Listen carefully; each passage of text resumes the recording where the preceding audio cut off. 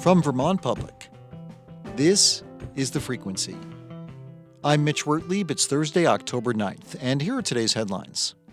Workers for a St. Albans dairy plant are back to work after ratifying a contract with their employer on Tuesday.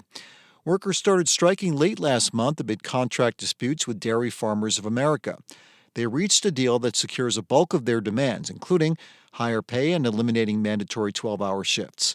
They also received larger company contributions to insurance and retirement. Curtis Clough is president of Vermont Teamsters Local 597, which represents the workers.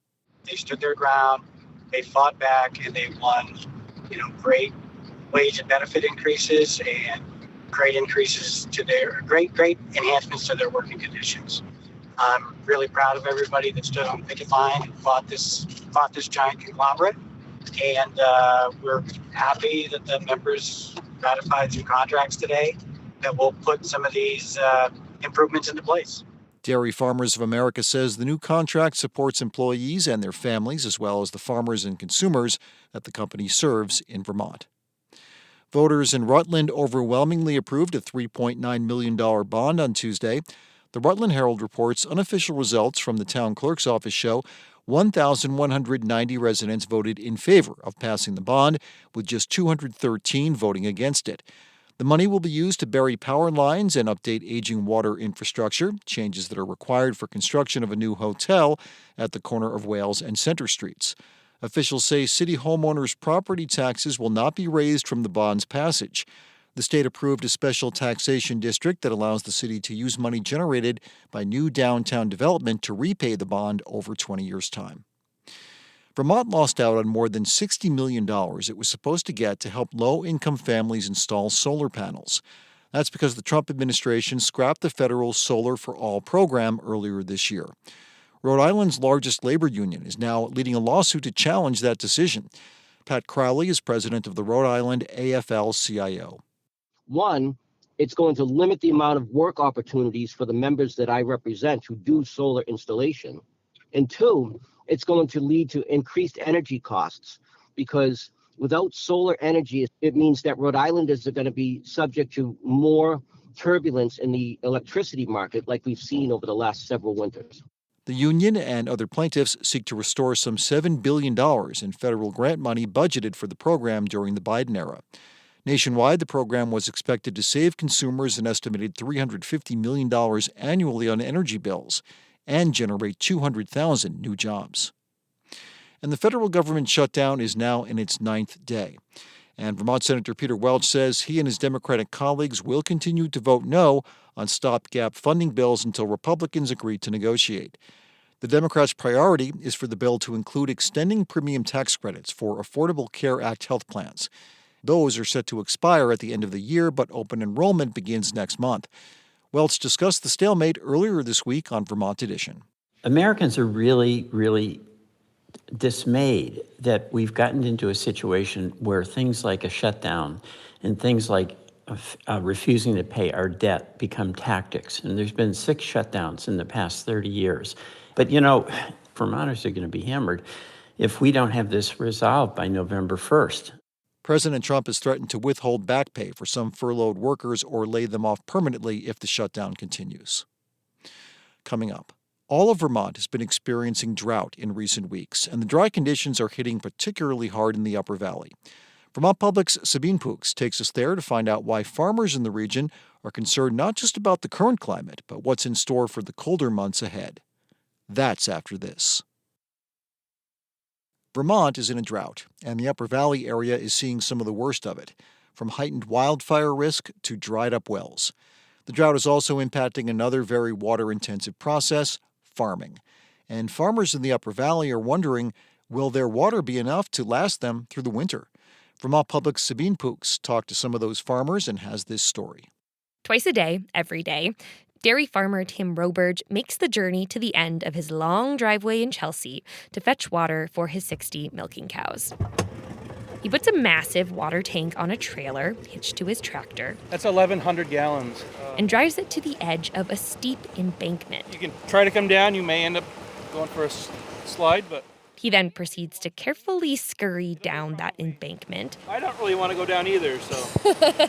where a big blue hose will send water from a small spring at the bottom of the hill up and into the tank. Sit down there and wait and wait and wait and wait. All right, we can head back.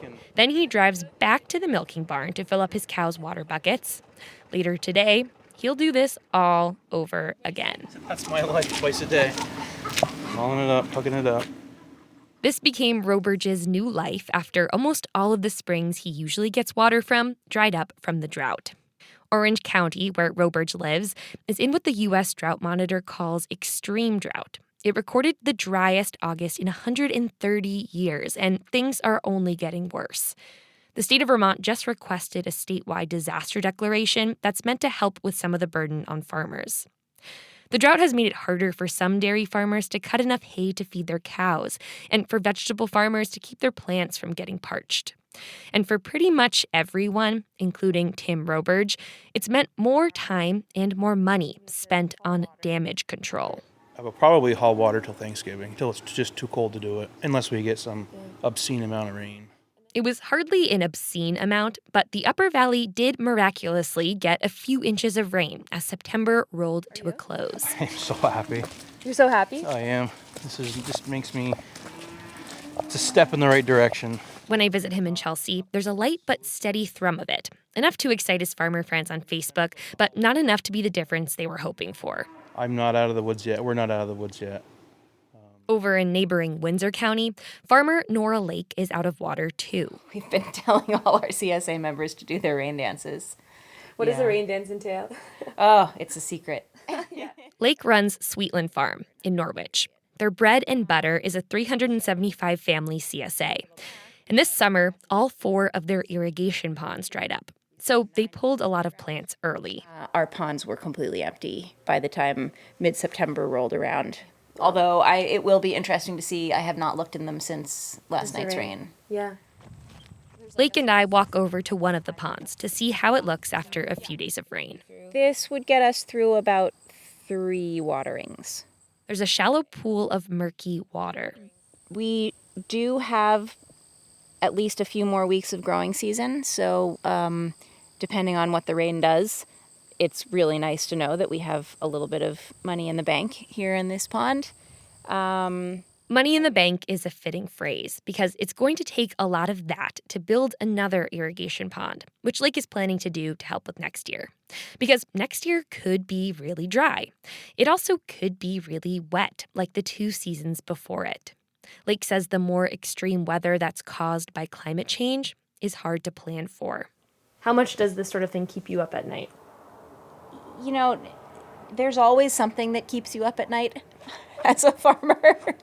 I always say that when I started farming, I was kept up at night by worries that the animals were breaking out of their paddocks. And then once we'd kind of figured out the paddocks, I started having stress dreams about not growing enough vegetables for our sharers. So if the stress dreams have shifted to how to mitigate climate change, it's just one more on the list, I guess.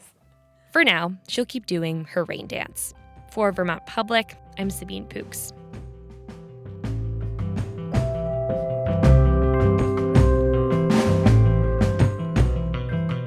Thanks for listening to The Frequency today. We had additional reporting from Adia Golston, Jen Jarecki, the New England News Collaborative, and Bob Kinzel. Today's episode was edited by Stephanie Colombini, and our music is by Blue Dot Sessions. I'm Mitch Wertlieb, and I'll talk to you soon.